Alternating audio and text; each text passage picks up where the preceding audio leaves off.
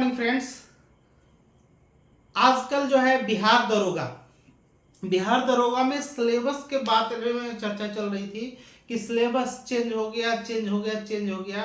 तो आप एक बात मान के चलिए कि सिलेबस जो बेसिक सिलेबस है वो आपका चेंज नहीं हुआ है। सिलेबस किसके लिए चेंज हुआ है? जैसे मान के चलिए बिहार दरोगा का फॉर्म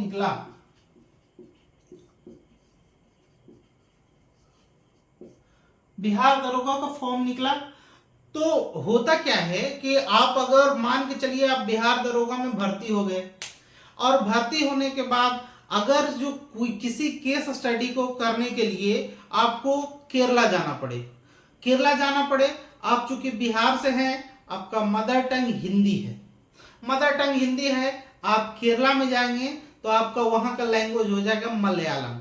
तो आपको हिंदी से आप हिंदी मदर टंग है, आप हिंदी से चल जाएंगे मलयालम वाले क्षेत्र में तो आपको मलयालम समझ में नहीं आएगा, है ना। आपको मलयालम नहीं समझ में आएगा, मलयालम वाले को हिंदी नहीं समझ में आएगा। तो इसी को समस्या को देखते हुए सरकार ने जो है इससे संबंधित जो भी है एक नया पद सृजित किया है, जिसके लिए वो सिलेबस चेंज हुआ है। पुराने सिलेबस में कोई चेंज नहीं होगा। बिहार एसआई का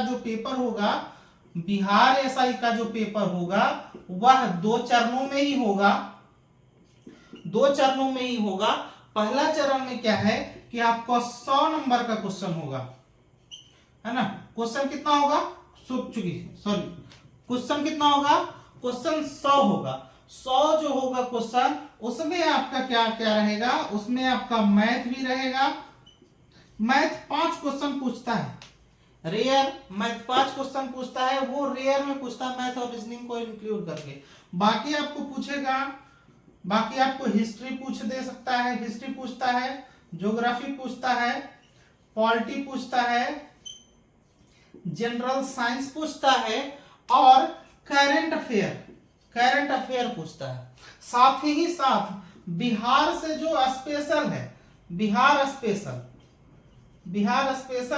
से भी क्वेश्चन पूछते हैं। तो ये जो बिहार एसआई के पेपर पहले जो हुआ करता था, पैटर्न सिर्फ वही रहेगा। लोग हंगामा मचा दिया, बहुत सारे यूट्यूब चैनल बताए चेंज हो गया, सिलेबस चेंज हो गया, ये हो गया, वो हो गया। कुछ नहीं हो गया है। आप अपने दिमाग में यही रखिए कि सिलेबस चेंज नहीं हुआ है। जो पहले पैटर्न था बिहार एसआई का, जो पहला पेपर इस तरीके का होता था और सेकंड पेपर जो है मेंस के रूप में, जो ये जो पेपर होता है सिर्फ क्वालिफाइंग पेपर होता है ना, क्वालिफाइंग नेचर का होता है। लेकिन ये जो दूसरा पेपर होता है, दूसरा जो मेंस का पेपर जिसको बोलते हैं, वो 2 टर्म में होता है। 2 टर्म में क्या क्या होता है? एक होता है हिंदी, एक होता है हिंदी और दूसरा जीके जीएस। हिंदी जो होता है ये भी क्वालिफाइंग नेचर का होता है,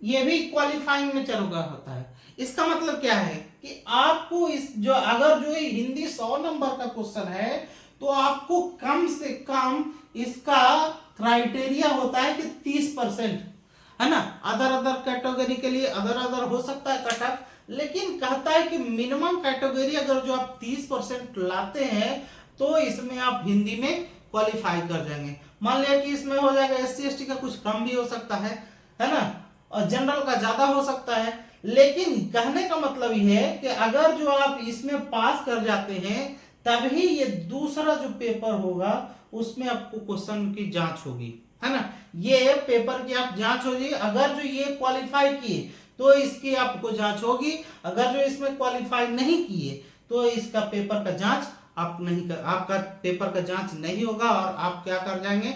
डिस्क्वालीफाई कर जाएंगे। तो कोशिश कीजिए कि पहले इसमें पास करेगा, उसके बाद इसमें।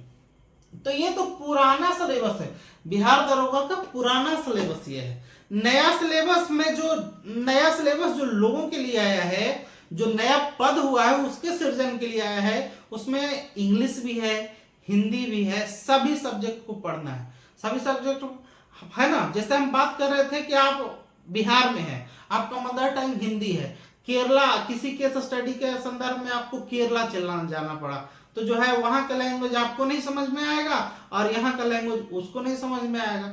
तो होता क्या है कि इन दोनों को मर्ज के लिए, है ना, एक दूसरे से इंटरेक्शन कैसे हो अच्छे तरीके से, उसके लिए जो है इंग्लिश माध्यम का सहारा लिया गया है। वही इंग्लिश माध्यम जो है में मतलब जो है नए तरह का जो दरोगा का पोस्ट आएगा उसमें जोड़ा गया है। तो उसका सिलेबस अलग होगा, पुराने वाला सिलेबस का, है ना, पुराने वाला दरोगा का सिलेबस चेंज नहीं हुआ।